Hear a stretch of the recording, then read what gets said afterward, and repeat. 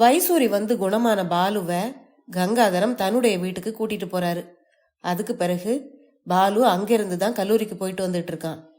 அங்கேதான் அவனுக்கு சுதாவோட அறிமுகம் கிடைக்குது. வீட்டுல யாரும் இல்லாத ஒரு நாள்ல சுதாவோட மனசு விட்டு பேசும் வாய்ப்பும் அவனுக்கு கிடைக்குது. இதத்தான் முந்தின அத்தியாயத்தோட இறுதியில பார்த்தோம். தொடர்ச்சிய இந்த பகுதியில பார்க்கலாம்.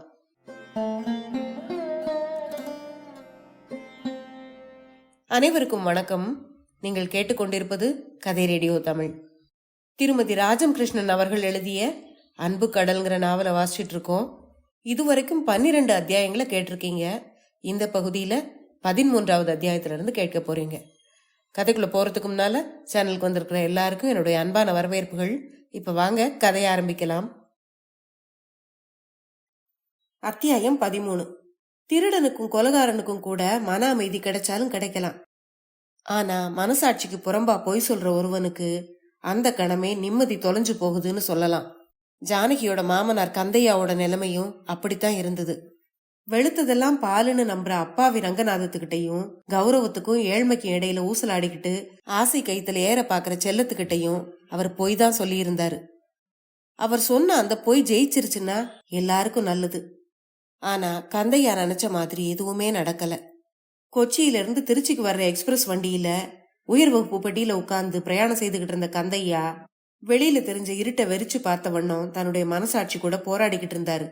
ரங்கநாதத்துக்கும் செல்லத்துக்கும் நடந்தது தெரியாம போகுமா, இனிமே நம்ம என்ன பண்றது அப்படின்னு தெரியாம குழம்பிக்கிட்டு இருந்தாரு கந்தையா. கந்தையாவுக்கு ஒரே மகன். அவனும் சின்ன வயசுலயே தாயை இழந்தவன். அதனால கண்ணை மூடிக்கிட்டு அவனுக்கு சலுகைகளையும் உரிமைகளையும் கொடுத்தாரு அவரு. அப்பா கொடுத்திருந்த சுதந்திரம் அவனை தப்பான வழிகள்ல போக வச்சுது. மோசமான பாதையில மகன் போயிட்டு இருக்கான்னு தெரிஞ்ச பிறகு அவனை திருத்த அவர் எவ்வளவோ முயற்சி பண்ணாரு. ஆனா அவருடைய முயற்சிகள் எல்லாம் விழலுக்கு இறைச்ச நீரா வீணா போச்சு. அவனோட வழியிலேயே போய் அவனை திருத்தணும்னு அவர் நினைச்சாரு. ஆனா முடியல. கடைசியா நல்ல ஒரு பொண்ணை கல்யாணம் பண்ணி வச்சா அவன் திருந்துவான்னு நினைச்சுதான் ஜானகிய தன்னுடைய மகனுக்கு திருமணம் பண்ணி வச்சாரு. ஜானகியோட அழகு, அடக்கம், பொறுமை இதெல்லாம் சேர்ந்து தன்னுடைய மகனை நல்ல வழிக்கு கொண்டு வந்துரும்னு அவர் நினைச்சாரு. ஆனா ஒரு வேட்டைக்காரன் அழகான புறாவோட பளிச்சிடுற கண்களையும் சிவந்த கால்களையும் அது தலைய சாச்சு ஒய்யாரமா நடக்கிற அழகையும் பார்த்து ரசிக்கவா செய்வான்? அந்த அழகுல மயங்கி அவன் கொலை தொழிலையே விட்டுருவான்னு நினைக்கிறது எவ்வளவு முட்டாள்தனமோ அப்படித்தான் இருந்தது ஸ்ரீதரன் கிட்ட ஒப்படைக்கப்பட்ட ஜானகியோட நிலைமையும். திருமணம் முடிஞ்ச கையோட அவளை ஸ்ரீதரன் ஊருக்கு கூட்டிட்டு போயிட்டான். கந்தையா ஒரு வாரத்துக்கு முன்னாலதான் மகன் எர்ணாகுளத்துல குடும்பம் நடத்துறத பாக்குறதுக்காக போனாரு. இப்போ பார்த்துட்டு திரும்பி வந்துகிட்டு இருக்காரு. மனசுல நம்பிக்கையை ஏந்திக்கிட்டு போனவரு உள்ளம் நிறைய ஓலத்தோட நிராசையோட திரும்பி வந்துகிட்டு இருந்தாரு. அவரை பார்த்ததும் ஜானகி அழுது இப்படி என்ன மாட்டி விட்டுட்டீங்களேன்னு கத்தி இருந்தா கூட அவருடைய மனதுல இப்படி ஒரு குத்தல் ஏற்பட்டிருக்காது. ஆனா அந்த பொண்ணு தன்னுடைய போலி புன்னகையாலையும் பணிவாலையும் உபசரிப்பாலையும் மௌனமாவே அவருடைய மனத சல்லட கண்களா தொலைச்சிட்டா. வன்மையை விட இனிமைக்கு வலிமை அதிகம்னு நிரூபிச்சுட்டா. அவர் அங்க போயிருந்தப்போ ஜானகி அவர்கிட்ட சிரிச்சு பேச முயற்சி பண்ணுனா. ஆனா அவளுடைய சிரிப்புல முன்னால அவர் பார்த்த களங்கம் இல்லாத குழந்தைத்தனம் இல்ல. அவளுடைய பருவத்தோட பளபளப்பு அந்த 3 மாசங்களுக்குள்ள எங்கேயோ ஓடி ஒளிஞ்சிருச்சு. கந்தையா ஊருக்கு போனப்போ அவருடைய மகன் ஸ்ரீதரன் வீட்டுல இல்ல. ஸ்ரீதர் இல்லையாமா அப்படின்னு விசாரிக்கும் போதே அவருடைய குற்றமுள்ள குரல் நடுங்குச்சு. இருக்கார் மாமா, தூங்குறாரு, ராத்திரி ரொம்ப நேரம் கழிச்சு வந்தாரு அப்படின்னு தரைய பாத்துக்கிட்டே சொன்ன அந்த குரல்ல உயிரே இல்ல. சட்டுன்னு அவ பேச்ச மாத்துனா. ஊரை பத்தி, வீட்டை பத்தி, பாலுவை பத்தி அவ கேட்ட கேள்விகளுக்கெல்லாம் தனக்கு தெரிஞ்ச வரையில கந்தையா பதில் சொன்னாரு. மத்தியான நேரத்துலதான் அவருடைய மகன் தூங்கி எழுந்திருச்சான். அவனுக்காக காப்பி எடுத்துக்கிட்டு அறைக்குள்ள போன ஜானகி அவர் பார்த்தாரு. அப்பா வந்திருக்காரு அப்படின்னு அவ சொல்ற குரல் கேட்டது. அதுக்கு அவன், அதான் தெரியுதே, உள்ள ஒருத்தன் தூங்குறான்னு கூச்ச நாச்சம் இல்லாம நீ இவ்வளவு நேரம் அவர்கிட்ட பேசுன்னு பேசுனியே. ஆமா, அவர் யார் இங்க அழைச்சாங்களாம்? இதுதான் தவம் இருந்து பெத்த மகன்கிட்ட இருந்து அவருக்கு கிடைச்ச வரவேற்பு. இதையும் தாங்கிக்கிட்டு அவர் அங்க ஒரு வாரம் இருந்தாரு. பாக்க அந்த அபலை பெண்ணுக்கு நாம எவ்வளவு கொடுமை பண்ணிருக்கோங்கிறது அவருக்கு புரிஞ்சுது. ஜானகி அவங்கிட்ட இருந்து மீட்டுட்டு போயிடலாங்கிற எண்ணத்தோட தான் கூட வரும்படி அழைச்சாரு. ஆனா ஜானகி வர்றதுக்கு ஒத்துக்கல. அது மட்டும் இல்லாம இங்க நடந்த எதையும் அப்பா அம்மா கிட்ட போய் சொல்லிடாதீங்க மாமா, நான் கெஞ்சி கேட்டுக்கிறேன் அப்படின்னு சொன்னா. கந்தையா நொறுங்கி போனாரு. அவருக்கு ஆத்திரம் தலைக்கு ஏறிச்சு. நான் ஜானகியை ஊருக்கு அழைச்சிட்டு போறேன், நீ இங்க அவளை வச்சிருக்கிற லட்சணத்துக்கு அவ அங்கேயே இருக்கலாம் அப்படின்னு சொன்னாரு அவரு. அதுக்கு ஸ்ரீதரன், அவ என் மனைவி, அவளை நான் என்ன வேணாலும் பண்ணுவேன், இந்த விஷயத்துல தலையிட உங்களுக்கு எந்த உரிமையும் கிடையாது அப்படின்னு அழுத்தமா சொன்னான். வேறு வழி இல்லாம அங்கிருந்து புறப்பட்டாரு கந்தையா. ஊர்ல போய் மகா எப்படி இருக்கான்னு கேட்க போற ரங்கநாதத்துக்கும் செல்லத்துக்கும் என்ன பதில் சொல்ல போறோம்னு நினைக்கும் போதே அவருடைய உடல் நடுங்குச்சு. இந்த ரயில் வண்டி தடம் புரண்டு தனக்கு ஒரு முடிவை ஏற்படுத்திடாதா அப்படின்னு எதிர்பார்த்தாரு அவரு. ஆனா அந்த வண்டி பாதையை விட்டு விலகாம, அவருக்கு துளி சேதத்தை கூட ஏற்படுத்தாம மறுநாள் காலையில அவரை ஊர்ல கொண்டு போய் சேர்த்துருச்சு. ஒரு மாட்டு வண்டியை பிடிச்சுக்கிட்டு அவர் ரங்கநாதத்தோட வீட்டு வாசல்ல போய் இறங்குனாரு. வண்டியை பார்த்ததும் தன் மகளையும் கூட்டிட்டு வந்திருக்காரோ அப்படிங்கிற ஆர்வத்தோட செல்லம் ஓடி வந்தா. வண்டியில கந்தையா மட்டும்தான் வந்திருக்காருன்னு தெரிஞ்சதும் ஏமாந்து போனா. குழந்தை வரலையா அப்படின்னு அவர்கிட்ட கேட்டா. இல்லம்மா அப்படின்னு தணிஞ்சு ஒலிச்சுது அவருடைய குரல். உள்ள வந்த கிழவர் ஊஞ்சல்ல உட்கார்ந்தாரு. ரங்கநாதம் அப்பதான் குளிச்சுட்டு உள்ள வந்துகிட்டு இருந்தாரு. இப்பதான் ஊர்ல இருந்து வர்றீங்களா, வண்டி லேட்டா அப்படின்னு மலர்ந்த முகத்தோட விசாரிச்சாரு. ஜானகி ஊர்ல சுகமா சௌக்கியமா இருப்பாங்கிற எண்ணம் அவருக்கு. காப்பி கொண்டு வரேன் அப்படின்னு சொல்லிட்டு செல்லம் உள்ள போனா. வேண்டாம்மா, நான் இன்னும் பல்லே விளக்கல அப்படின்னு சொன்னாரு. அவருடைய முகவாட்டத்தையும் கம்மிய குரலையும் கவனிச்ச ரங்கநாதம், ராத்திரி நல்ல தூக்கம் இல்ல போல இருக்கு, வண்டியில கூட்டம் அதிகமோ அப்படின்னு கேட்டாரு. அதை கேட்டதும் சுருங்கின அந்த கிழவருடைய கண்கள்ல நீர் தழும்புச்சு. நான் பெரிய பாவத்தை செய்துட்டேன் ரங்கநாதம் அப்படின்னு சொன்னாரு அவரு. அதை கேட்டதும் செல்லத்துக்கு கூரையே பெயர்ந்து தலைமையில விழுந்தது மாதிரி இருந்தது. ரங்கநாதமும் திடுக்கிட்டு போய் அவரையே பார்த்தாரு. அவன் எனக்கு மகனே இல்ல அப்படின்னு தழுதழுத்த குரல்ல சொன்னாரு அவரு. ஏன் வருத்தப்படுறீங்க, என்ன நடந்ததாங்க? இந்த காலத்து பையங்க பெத்தவங்கள மதிக்கிறது இல்ல, அப்படி ஏதாவது நடந்ததா? ஜானகி கூடவா உங்கள அப்படின்னு இழுத்தாரு. ஐயா, உங்க குழந்தை தெய்வம், நான் தான் பாவத்தை பண்ணவன் அப்படின்னு அவர் திரும்பவும் சொன்னாரு. அவர் சொன்னதை கேட்ட ரங்கநாதம், தள்ளாத வயசுல பையன் ஏதோ மனசாபமா பேசி இவரை மனமுடைய வச்சு அனுப்பியிருக்கான் அப்படின்னு நினைச்சுக்கிட்டாரு ரங்கநாதம். எப்படியோ ஜானகி அவருக்கு ஒத்துக்கிட்டு நல்லா இருக்கால, அது போதும், மத்ததையெல்லாம் விட்டு தள்ளுங்க அப்படின்னு கந்தையாவுக்கு ஆறுதல் சொன்னாரு ரங்கநாதம். கந்தையாவுக்கு அதுக்கு மேல என்ன சொல்றதுன்னு தெரியல. அவங்க கிட்ட இருந்து விடை பெற்றுக்கிட்டு தன்னுடைய வீட்டுக்கு போனாரு அவரு. அதுக்கு பிறகு அந்த ஊர்ல கந்தையா இருந்ததெல்லாம் ஒரு சில நாட்கள் தான். தன்னுடைய சொத்துக்கு ஒரு வழி செய்து வச்சுட்டு அவரு மன அமைதியை தேடி எங்கேயோ கிளம்பி போயிட்டாரு. கந்தையா சொன்ன எல்லாத்தையுமே ரங்கநாதம் சாதாரணமா தான் எடுத்துக்கிட்டாரு. ஆனா செல்லத்தோட தாயுள்ள மட்டும் அனல்ல விழுந்த புழுவ போல துடிச்சுது. கணவனுக்கு தெரியாம வேதனையில வெதும்பிக்கிட்டு இருந்தது. அத்தியாயம் 14. கங்காதரன் குடும்பத்தோட உதவி இல்லாம அவங்க கண்ணுக்கு எதிர அதே ஊர்ல என் மகனை படிக்க வைப்பேன் அப்படின்னு செல்லம் வீம்போட சொல்லிக்கிட்டு இருந்தா. ஆனா அந்த மகன் இப்ப கங்காதரத்தோட வீட்டுலதான் இருக்க வேண்டி வந்திருக்கு. பாலுவுக்கு புது இடத்துல வந்து 5-6 நாட்கள் வரைக்கும் எந்த அசௌகரியமும் தெரியல. உடலும் சோர்வு நீங்கி புது தெம்பு வந்த மாதிரி இருந்தது. கங்காதரம் அவனை பற்றி அவனுடைய பெற்றோருக்கு என்ன கடிதம் எழுதினாரோ தெரியல. அவருடைய கடிதத்துக்கு அவங்க எந்த பதிலும் எழுதுன மாதிரி தெரியல. நாட்கள் செல்ல செல்ல அந்த இடத்த விட்டு வேற எங்கேயாவது போனா நல்லா இருக்கும்னு தோணுச்சு பாலுவுக்கு. விமலாவோட வீட்டுல அவன் இருந்த நாட்கள்ல அவனுடைய கை செலவுக்கான பணம் ஊர்ல இருந்து நேரா அவனுடைய பெயருக்கே வர்றது வழக்கம். இப்போ கங்காதரத்தோட பேருக்கு அந்த பணம் அனுப்பப்பட்டு வந்தது. கங்காதரத்தோட வீட்டுல எல்லா பொறுப்பும் மீனாவோட கையில தான். பாலு அவங்க வீட்டுக்கு வந்த உடனே கங்காதரம் அவனுடைய கல்லூரிக்கான கட்டணத்தை கட்டி இருந்தாரு. அன்னைக்கு தபால்காரன் வந்து மணி ஆர்டர் கொடுத்ததும் அவங்கிட்ட இருந்து பணத்தை வாங்கி பக்கத்துல நின்னுகிட்டு இருந்த மீனா கிட்ட கொடுத்தாரு அவரு. பாலு கேட்கும் போதெல்லாம் கொடு அப்படின்னு அலட்சியமா சொல்லிட்டு போயிட்டாரு. மீனாவுக்கு ஏற்கனவே கொட்டுற மாதிரி குணம், அதோட அதிகாரமும் கிடைச்சிட்டா கேட்கவா செய்யணும். அவனோட அன்றாட சின்ன சின்ன செலவுகளுக்கு கூட அவன் மீனா கிட்ட கேட்டு கேட்டு பணம் வாங்க வேண்டி இருந்தது. இன்னும் இத மாதிரி எத்தனையோ கஷ்டங்கள். ரவிக்கும் அவனுக்கு இடையே பாராட்டப்படுற வித்தியாசங்கள் எல்லாம் அவனுடைய இளம் ரத்தத்தை கொதிக்க வச்சது. ரகசியமா அம்மாவுக்கு கடிதம் எழுதி பணத்தை இனி என் பேருக்கு அனுப்புன்னு சொல்லலாமா அப்படின்னு கூட அவனுக்கு தோணுச்சு. அன்னைக்கு சாயந்தரம் கல்லூரி முடிஞ்சு அவன் வீட்டுக்கு வந்தப்போ வாசல் கதவு பூட்டப்பட்டிருந்தது. பூட்டி இருந்த காம்பவுண்ட் கேட் பக்கத்துல சுதாவும் நின்னுகிட்டு இருந்தா. சரிதான் போ, நான் நிக்கிறது போதாதா, நீயும் வேற வந்திருக்கியா அப்படின்னு சொல்லி பாலு அவளை வரவேற்றான். ஏன் எல்லாரும் எங்க போயிருக்காங்க அப்படின்னு கேட்டா சுதா. எனக்கு தெரிஞ்சா நான் ஏன் இங்க நிக்கிறேன் பூட்டை பாத்துக்கிட்டு அப்படின்னு கேட்டான் பாலு. ஆமா, அவங்க வெளியே போறாங்கன்னா உனக்கு சொல்லி அனுப்பியிருப்பாங்களே அப்படின்னு சுதா கிட்ட கேட்டான் பாலு. அவங்க சொல்லி அனுப்புனதாலதான் உங்களை பார்க்க இங்க வந்து நிக்கிறேனாக்கும் அப்படின்னு சொன்னா சுதா. அத கேட்டதும் இவங்கெல்லாம் இப்படி கதவு பூட்டிட்டு போயிருக்காங்களே அப்படின்னு ஆரம்பத்துல சங்கடப்பட்ட பாலு இப்ப சந்தோஷப்பட்டான். ஆமா, இப்படி வெறுமே நின்னுகிட்டு இருக்கலாமா அப்படின்னு கேட்டா அவ. பின்ன என்ன செய்யறது, பூட்டை உடைக்கலாமா அப்படின்னு திருப்பி கேட்டான் பாலு. ஒரு நிமிஷம் இருங்க, இதோ வந்துடுறேன் அப்படின்னு சொல்லிட்டு பக்கத்து வீட்டுக்கு போனா சுதா. அடுத்த நொடியே கையில சாவியோட திரும்பி வந்தா. அட, எனக்கு இந்த யோசனையே தோணலையே, நீ கெட்டிக்காரிதான் சுதா அப்படின்னு சொன்னான் பாலு. என்ன ஒண்ணு நீங்க பாராட்ட வேண்டாம், சாவி பூட்டு வீடு எல்லாம் பத்திரம், நான் வீட்டுக்கு போறேன் அப்படின்னு சொல்லிட்டு அவ திரும்பினான்.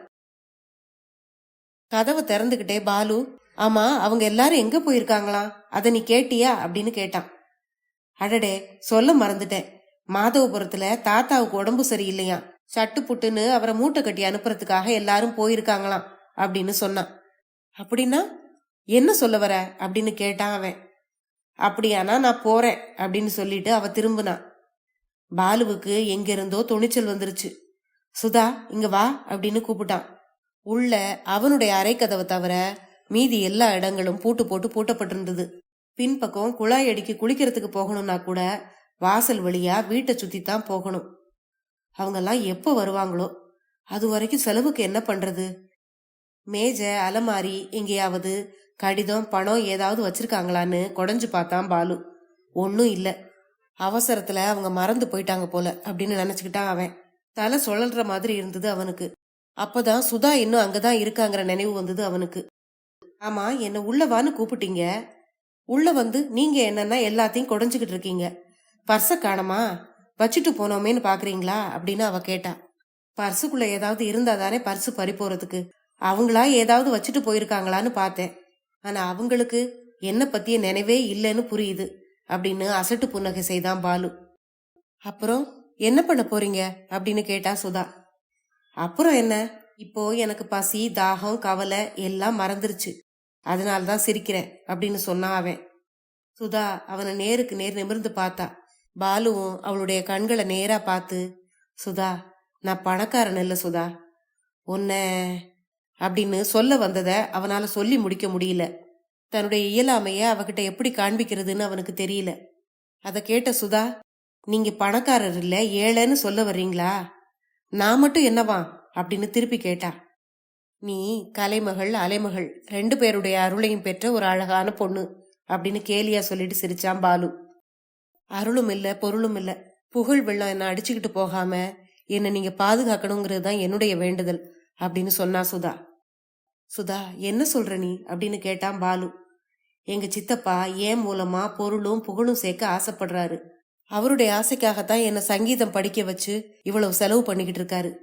நீங்களும் வாய் விட்டு என்ன விசாரிப்பீங்க, என்ன காப்பாத்துவீங்கிற எண்ணத்துலதான் நானும் கூச்சத்தை விட்டு உங்க கண்ணு முன்னால நடமாடி பார்த்தேன்.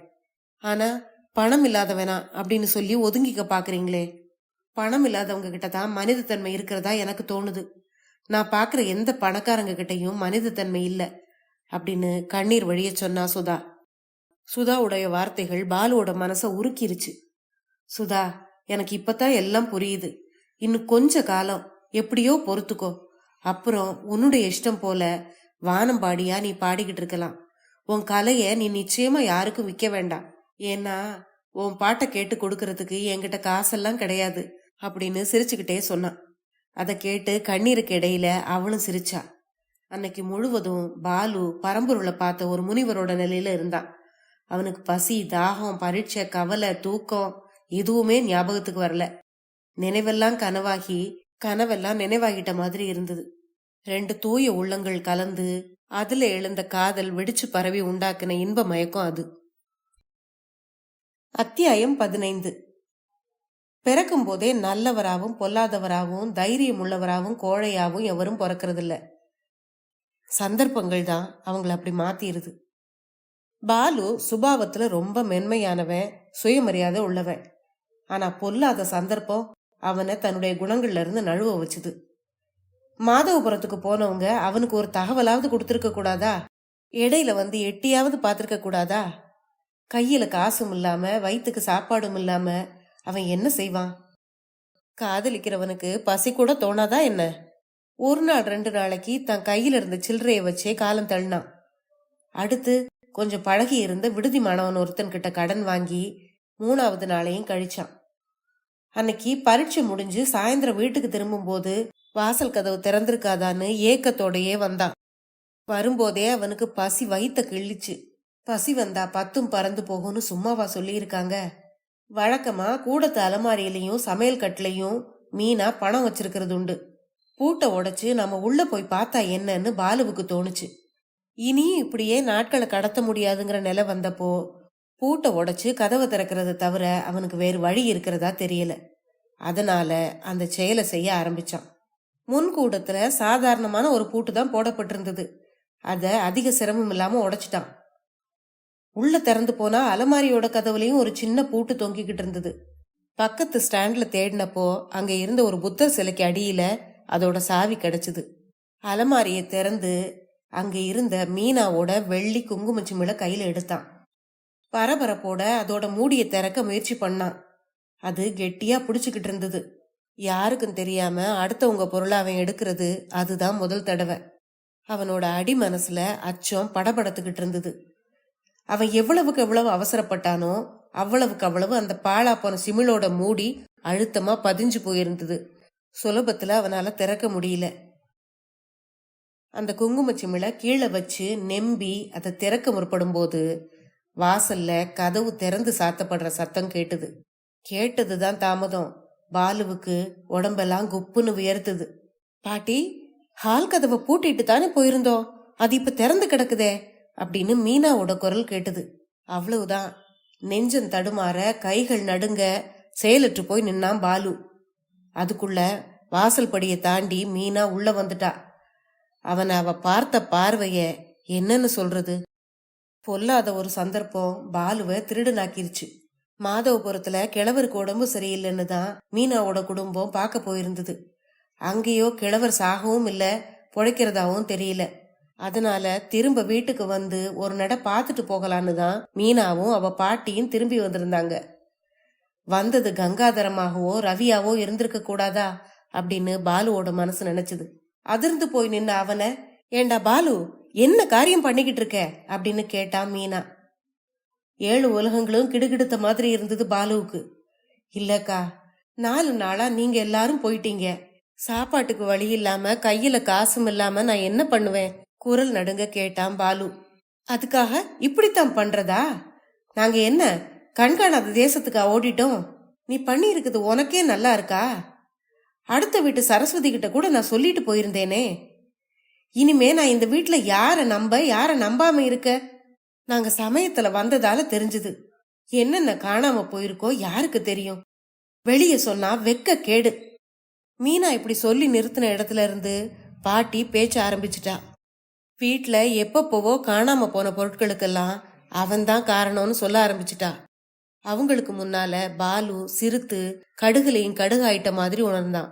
ஆனாலும் அவனுக்கு ரத்தம் துடிச்சுது, ஆத்திரம் பெருகிச்சு. இங்க பாருங்கக்கா, கண்டபடி பேசாதீங்க. நான் ஏழைதான், ஆனா திருடன் இல்ல, மானம் உள்ளவன். ஊருக்கு போய் 5 நாளாச்சே. நான் இங்க என்ன செய்வேன்னு நீங்க கொஞ்சமாவது நினைச்சு பாத்தீங்களா? தினம் தினம் உங்ககிட்ட வந்து 2 அணா கொடுங்கன்னு கேட்டு வாங்கிக்கிட்டு தானே போய்கிட்டு இருந்தேன். செலவுக்கு அவன் என்ன பண்ணுவான்னு கொஞ்சமாவது நீங்க யோசிச்சீங்களா? இனிமே உங்க வீட்டுல இருந்து ஒரு தூசி கூட எனக்கு வேண்டாம் அப்படின்னு உதறிட்டு கடுகடுப்போட வீட்டை விட்டு வெளியேறினான் பாலு. கல்லூரி மூடுறதுக்கு இன்னும் 4 நாட்கள் தான் இருந்தது. இத்தனை நாளா அவன் மானத்தையும் கௌரவத்தையும் நினைச்சு கூச்சப்பட்டுக்கிட்டு இருந்தான். இப்போ எல்லாம் பறந்து போயிருச்சு. ஏளனமோ கேலியோ எதையும் பொருட்படுத்தாம முன்னால தான் கடன் வாங்கி இருந்த ஹாஸ்டல் மாணவன் கிட்ட தன்னுடைய நிலைமையை சொல்லி இன்னும் கொஞ்சம் உதவி தேவைன்னு கேட்டான். அவனும் செய்தான். அடுத்ததா உடனே தந்தி மூலம் பணம் அனுப்புங்கள் அப்படின்னு செல்லத்துக்கு ஒரு கடிதமும் எழுதினான். எப்படியோ ஒரு வழியா வருஷ படிப்பை முடிச்சுக்கிட்டு வீட்டுக்கு வந்து சேர்ந்தான். வேற விலாசத்துல இருந்து அவசரமா பணம் கேட்டு அவங்கிட்ட இருந்து கடிதம் வந்தப்போவே செல்லம் அங்க என்ன நடந்திருக்கும்னு ஒருவாறு ஊகிச்சிட்டா. தான் மகன் மனசு நோக்கிற மாதிரி அவங்க நடந்திருப்பாங்கன்னு அவளுக்கு தெரிஞ்சது. ஆனா ரங்கநாதம் எப்பவும் போல தன் மகன் பாலு மேலதான் குற்றம் சுமத்திக்கிட்டு இருந்தாரு. பாலுவுக்கு பொறுமையே போதாது.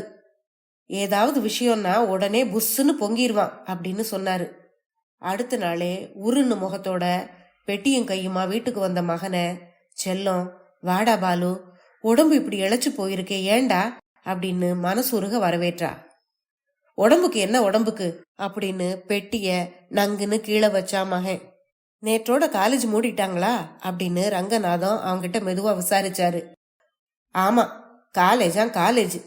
கையில காசு இல்லாதவனுக்கு படிப்பு என்ன வேண்டி இருக்கு? நான் படிக்க போனதே தப்பு, முழு முட்டாள்தனம் அப்படின்னு ஆத்திரத்தோட சொன்னான்.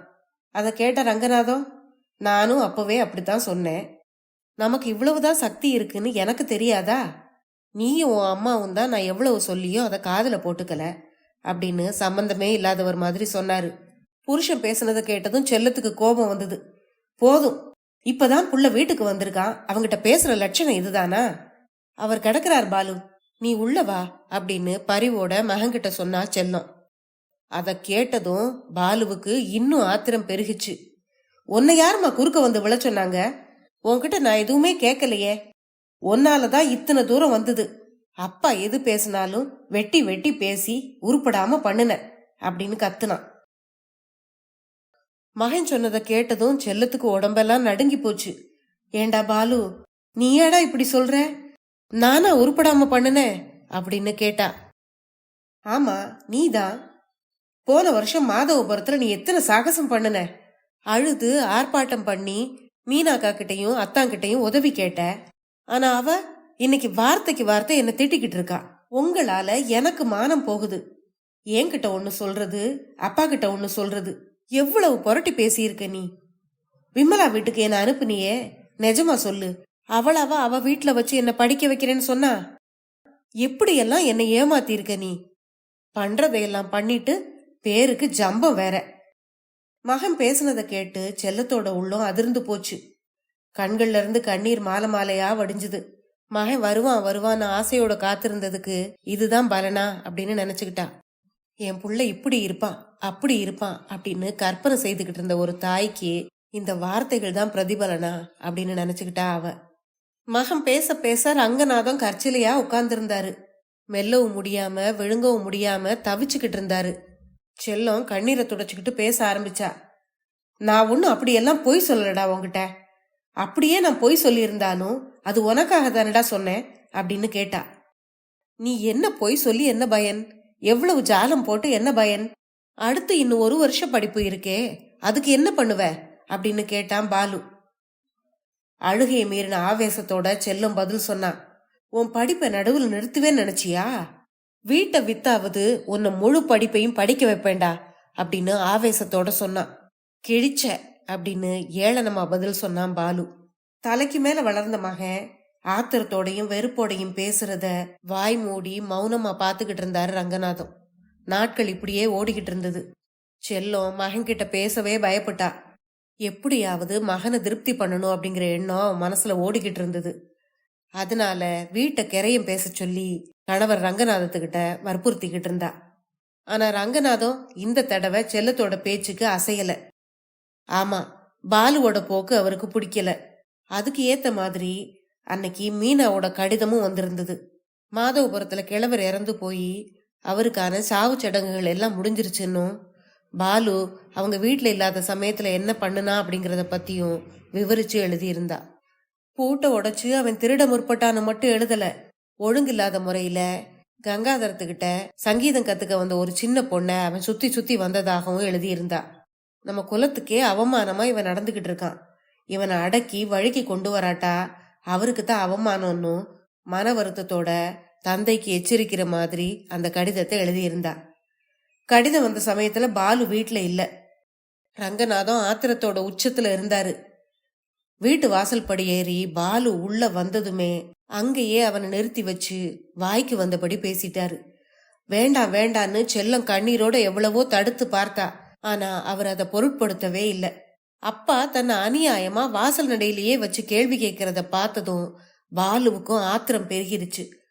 அக்கா அது வரைக்கும் தன்னை வச்சுக்கிட்டு இருந்த அருமைய பத்தி தான் தந்தை கிட்ட பேசுறோங்கிற மரியாதையும் விட்டு அவன் பேசிட்டான். 2 பேரும் கோபத்தோட பேசிக்கிறத பார்த்து தெருவே கூடிருச்சு.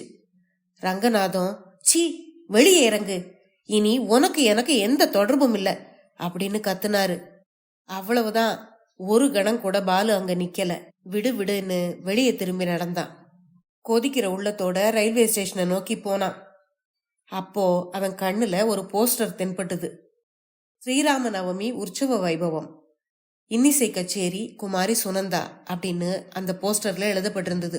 அன்னைக்கு சாயந்தரம் 6:30 மணிக்கு அந்த கச்சேரி நடக்கிற பந்தலை நோக்கி பாலு போய்கிட்டு இருந்தான். கச்சேரி பந்தலுக்கு கீழே பெண்கள் ஆண்களுமா ஏகப்பட்ட கூட்டம்.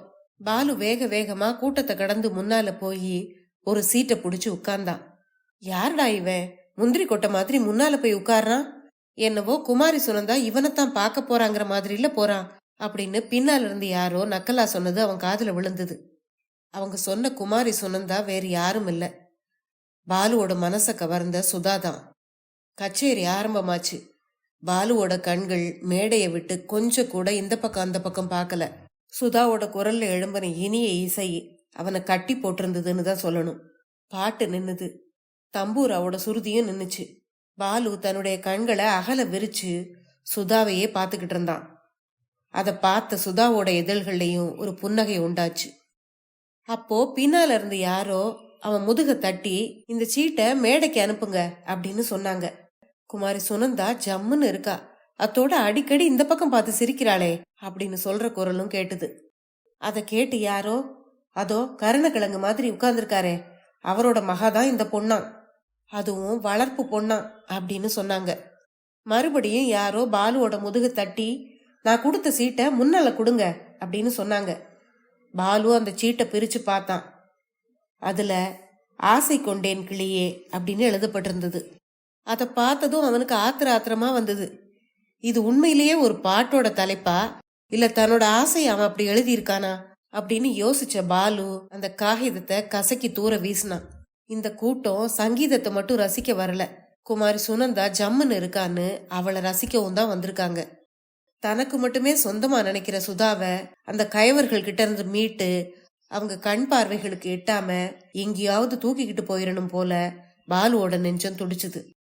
எழுந்து வேகமா வெளியே போனா அவன். அத்தியாயம் 16. பாலு வீட்டை விட்டு வெளியே போன பிறகு ஊரெல்லாம் அவங்க குடும்பத்தை பத்தின பேச்சுதான். புள்ளையாம் புள்ள, இவங்களுக்கெல்லாம் சோறு போடுறத விட தெரு நாய்க்கு ஒரு புடி போட்டாலும் நன்றி காட்டும். அவங்க அம்மா பாலு பாலுன்னு உருகுனா, உடம்ப செருப்பா தேய்ச்சு அந்த புள்ளைய படிக்க வச்சா. கடைசியில என்ன ஆச்சு? அவன் எங்கேயோ வேலை செய்யறானா, சம்பாதிக்கிறானா. உண்மையோ பொய்யோ யாருக்கு தெரியும்? செல்லம் அழுது அழுது அரை உடம்பா உருகி போயிட்டா. அளவுக்கு மேல பாசம் வச்சா அதுவும் கூட விஷமாத்தான் போயிருது. அவளா இருக்க கண்டு அவன் அவ்வளவு பேசுனதுக்கும் பொறுத்துக்கிட்டு இருந்தா. நானா இருந்தா, நாயே வெளியே போ, இது ஏன் வீடுன்னு முன்னாலேயே சொல்லி இருப்பேன். அவனை விடு, அந்த பொண்ணு அதத்தான் கட்டி கொடுத்தாளே, அந்த மருமகனாவது நல்ல குணவானா வாக்கி கூடாதா? ஒரே முசுடு. இந்த 3 வருஷ காலத்துல 3 நாள் கூட சேர்ந்தாப்புல அந்த பொண்ணை இங்க அனுப்பி வைக்கல அவன். 1 நாள் 2 நாள்னு வந்துட்டு அந்த பொண்ணு ஓடி போயிருது.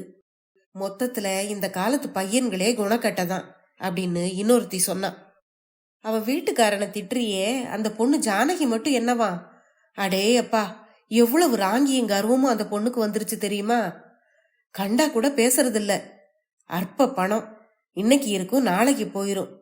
மருமகளா போன கையோட அந்த கிழவரை வீட்டோட அண்டை விடாம அடிச்சு துரத்திட்டாளே. அவரு வெறுத்து போய்தான் காசியோ இமாச்சலமோ போயிட்டாராம். காரமா இப்படி சொல்லிட்டு புடவைய பட்டு பட்டுன்னு கல்லுல அடிச்சு துவைச்சா இன்னொரு பொண்ணு. கரைக்கு உயர அரச மரத்தடியில சேலையை புழிஞ்சு உடுத்திக்கிட்டு இருந்த செல்லத்துக்கு இந்த பேச்சுகள்லாம் காதுல விழாம இல்ல. அவங்க பேசுனதை கேட்டு அவ வருத்தப்படல. ஆனா மகனை நினைச்சுதான் நெஞ்சம் குமுறிக்கிட்டு இருந்தது. பாலு இன்னைக்கு அவளை மறந்து எங்கேயோ போயிட்டான். தாங்கிட்ட மட்டும் பணம் இருந்திருந்தா புள்ளைய இப்படி பிரிய நேர்ந்திருக்காது அப்படின்னு வருத்தப்பட்டு தன்னுடைய வறுமை மேல குற்றம் சுமத்துனா செல்லம். பாலு வீட்டை விட்டு போன அந்த 2 வருஷங்கள்ல அவ அரை உடம்பாகி நஞ்சு போயிட்டா. ரங்கநாதத்துக்கும் முன் போல தொழில் இப்போ நல்லா நடக்கல. ஊர்ல அவருக்கு போட்டியா 2 ஓய்வு பெற்ற ஆசிரியர்கள் சேர்ந்து டுட்டோரியல் ஸ்கூல் திறந்துட்டாங்க. அதனால ரங்கநாதத்துக்கிட்ட டியூஷன் படிக்க வர்ற பிள்ளைங்களோட எண்ணிக்கை குறைஞ்சது. வருமானமும் பெருசா குறைஞ்சிருச்சு. சுந்துவுக்கு பள்ளிக்கூட சம்பளம் கட்டுறதே பெரிய கஷ்டமா இருந்தது. செல்லம் குளத்துல குளிச்சுட்டு வீட்டு வாசல் படியில ஏறுறதுக்கு முன்னாலேயே தட்டி மறைவுல யாரோ பேசுற குரல் கேட்டுது. வீட்டுக்குள்ள போய் பார்த்தா செல்லம் விடுமுறைக்கு வந்திருந்த பாலுவோட நண்பன் ராமுதான் அதுன்னு தெரிஞ்சுக்கிட்டா. ஏன்பா, நீ பார்த்தது நிச்சயம் அவனே தானா அப்படின்னு அவன்கிட்ட கேட்டுக்கிட்டு இருந்தார் ரங்கநாதம். நிச்சயமா மாமா, எனக்கு பாலுவை தெரியாதா? ஒரு நிமிஷம் முன்னால பாத்திருந்தா அவனை பிடிச்சிருப்பேன். ஹோட்டல் வாசல்ல அந்த வண்டி நின்னுச்சு. நான் மாடியில இருந்து பார்த்தேன். அவனை போலவே இருந்தது. கிடுகிடுன்னு நான் இறங்கி வர்றதுக்குள்ள அந்த வண்டி புறப்பட்டு போயிருச்சு. அந்த வண்டியில நந்தா சேரிட்டிஸ்னு பேர் போட்டிருந்தது. அங்கிருந்து கிளம்புனவன் இங்கதான் வந்திருப்பான்னு நான் நினைச்சேன் அப்படின்னு சொல்லிக்கிட்டு இருந்தான் ராமு. என்ன, பாலுவையா பார்த்த அப்படின்னு செல்லம் துடிப்போட கேட்டா. ஆமா, 15 மைலுக்கு முன்னாடி வரைக்கும் வந்திருக்கான் உங்க புள்ள, இங்க வரல அப்படின்னு சொன்னா ராமு. செல்லத்துக்கு அதை கேட்டுக்கிட்டு அங்க நிக்க முடியல. உள்ள போய் குடத்தை கீழே வச்சா. ஈர துணிய மாத்த கூட அவளுக்கு தோணல. தூணை பிடிச்சுக்கிட்டு அப்படியே கீழே உட்கார்ந்தா. என் புள்ள எப்படி இத்தனை கல் நெஞ்சனா ஆகி போனா? 15 மைல் தூரத்துக்கு வந்தவனுக்கு இங்க வர தெரியலையா? பெத்த மகனை பார்க்க கூட கொடுத்து வைக்காத பாவியானா அப்படின்னு வாய் விட்டு புலம்பிக்கிட்டு இருந்தா. அப்போ மீனாவோட கடிதத்தை கையில வச்சுக்கிட்டு தன்னுடைய கணவர் ரங்கநாதம் பாலுவை துரத்தி அடிச்சது அவளுக்கு நினைவுக்கு வந்தது. பாலுவோட எல்லா கஷ்டங்களுக்கும் காரணம் அவங்க தானே. மீனாவோட அந்த கடிதம் தான் மொத்த துயரத்துக்கும் காரணம்னு அவன் நினைக்க ஆரம்பிச்சான். அப்போ தபால் அப்படின்னு வாசல் பக்கம் இருந்து வந்த குரல் அவளை உலுக்கிச்சு. வழக்கமா நான் சௌக்கியமாக இருக்கிறேன் அப்படின்னு கண் தொடைப்புக்காக ஜானகி எழுதுற கடிதங்களும் விமலாவோட பஞ்சப்பாட்டை தாங்கி வர்ற கடிதங்களும் தான் அவங்களுக்கு வந்துகிட்டு இருந்தது. ஆனா இப்ப இந்த கடிதம் யாருக்கிட்ட இருந்து வந்திருக்கு அப்படிங்கிற ஆர்வம் அவன் மனசுல எழுந்தது. அலைப்பாயிர நெஞ்சோட காகிதம் எங்க இருந்து வந்திருக்கு அப்படின்னு ரங்கநாதத்தை கேட்டா அவ. பாலுகிட்ட இருந்து வந்திருக்குன்னு அவர் சொல்ல மாட்டாராங்கிற ஏக்கம் அவளுக்கு. ஆனா கடிதத்தை படிச்ச ரங்கநாதம், இந்த அழகான புள்ளைக்காக வீட்டை வித்து கொடுத்துட்டு சந்தியில நிக்கணும்னு சொன்னியே அப்படின்னு சொல்லிட்டு அந்த கடிதத்தை தூர எரிஞ்சாரு அவரு. பரபரப்போட ஓடி போய் கடிதத்தை எடுத்தா செல்லம். அந்த கடிதத்துல குண்டு குண்டான பாலுவன் கையெழுத்துக்கு பதிலா கோணல் மாணலான விமலாவோட கையெழுத்து தான் இருந்தது. அன்புள்ள அம்மாவுக்கு அநேக கோடி வணக்கங்கள். இங்கு குழந்தைகளுடன் நாங்கள் சுகமாக இருக்கிறோம். அப்பா, நீ, சுந்து எல்லோரும் சுகம் என்று நம்புகிறேன். பாலு இங்கே 2 தினங்களுக்கு முன்பு வந்திருந்தான். அவன் இருக்கும் இடமோ வரப்போகிறான் என்பதோ எனக்கு தெரியவே தெரியாது. சாயங்காலம் 5 மணி இருக்கும். வந்தான். இரவு முழுவதும் இருந்துவிட்டு காலையில் கிளம்பி விட்டான். நீங்கள் அவனை பற்றி தெரிந்து கொள்ள மிகவும் ஆவலாக இருப்பீர்கள் என்பதால் தான் அவன் தெரிவிக்க வேண்டாம் என்று கூறியதையும் மீறி நான் உங்களுக்கு எழுதுகிறேன். உங்கள் விஷயத்தில் அவனுடைய மனம் கல்லாகிவிட்டது. ஏதோ போதாத காலம். இனியும் உனக்கு அப்பா அம்மாவிடம் என்னடா கோபம் என்று நான் எவ்வளவோ சமாதானம் சொல்லி பார்த்தேன். கோபம் எல்லாம் இல்லை, எனக்கு கடமை இருக்கிறது. அடுத்த மாதத்திலிருந்து அவர்களுக்கு பணம் அனுப்பலாம் என்று இருக்கிறேன். ஆனால் அதை தவிர அவர்கள் மேல் எனக்கு பிடிப்பு அற்றுவிட்டது என்று அவன் வெறுத்து பேசுகிறான். அவன் இப்போது நந்தா சேரிட்டிஸ் என்ற தர்ம நிறுவனத்தின் சோப்பு தொழிற்சாலையில் வேலை பார்க்கிறான்.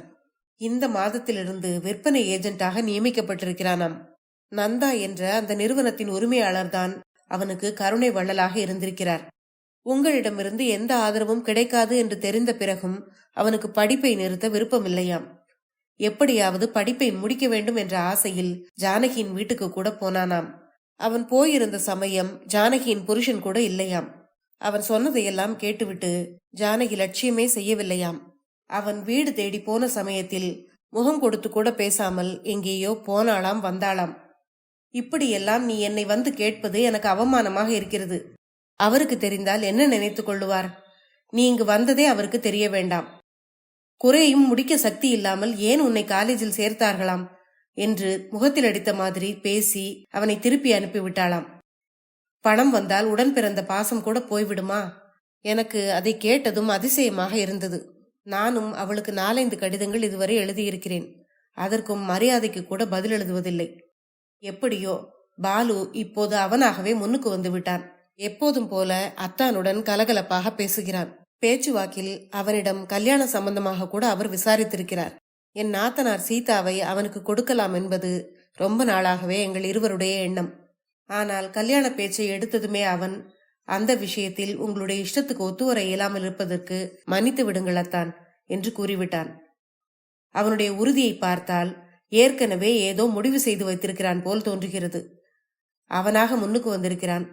தனக்கு பிடித்த பெண்ணாக, வாழ்க்கைக்கு ஏற்றவளாக அவனாகவே தேர்ந்தெடுத்துக் கொள்ளலாம் இல்லையா? இந்த நாட்களில் அநேகமாக இப்படித்தானே நடக்கிறது. உங்களுக்கு தெரிவிக்க வேண்டாம் என்று அவன் சொல்லியும் மனம் கேட்கவில்லை. எல்லாவற்றையும் எழுதிவிட்டேன். இப்படிக்கு விமலா அப்படின்னு அந்த கடிதத்துல எழுதப்பட்டிருந்தது. கடிதத்தை படிச்ச செல்லத்துக்கு கைகள் நடுங்குச்சு. அவளுடைய நெஞ்சோட அடித்தளத்துல இருந்து குபீர்னு ஏதோ ஊற்று கிளம்புன மாதிரி இருந்தது. இந்த கடிதத்தை படிச்சுட்டு உங்களுக்கு கோபமா வந்தது அப்படின்னு தன்னுடைய கணவரை பார்த்து கேட்டா. பின்ன சந்தோஷம் பொங்குமா? தானா முன்னுக்கு வந்தானாமே, தானா வாழ்க்கைக்கு பிடிச்சவளை தேர்ந்தெடுத்து கொள்ள போறானாமே. அவன் சொல்லலைன்னா விமலா இப்படி எழுதியிருப்பாளா? அந்த பொண்ணு ஜானகி ஒரு போக்குன்னா இவன் ஒரு உதவாக்கற. இதுங்களெல்லாம் விட்டு தொலைக்க வேண்டியதுதான் அப்படின்னு சொன்னாரு அவரு. ஐயோ, அப்படிலாம் சொல்லாதீங்க. என் புள்ள எத்தனையோ கஷ்டங்கள் பட்டிருக்கான். அவன் எந்த பொண்ணை பிடிச்சு கல்யாணம் பண்ணிக்கிட்டாலும் நாம சந்தோஷமா ஒத்துக்கணும் அப்படின்னு சொன்னா செல்லம். அதை கேட்ட ரங்கநாதம் திகைப்போட அவளை பார்த்தாரு. செல்லம், உனக்கு என்ன பித்து பிடிச்சிருச்சா அப்படின்னு கேட்டாரு. ஆமா, பெத்த மனசுதானே அப்படின்னு கண்ணீரோட சொன்னா அவ. தொடர்ச்சிய அடுத்த பகுதியில கேட்கலாம். நன்றி.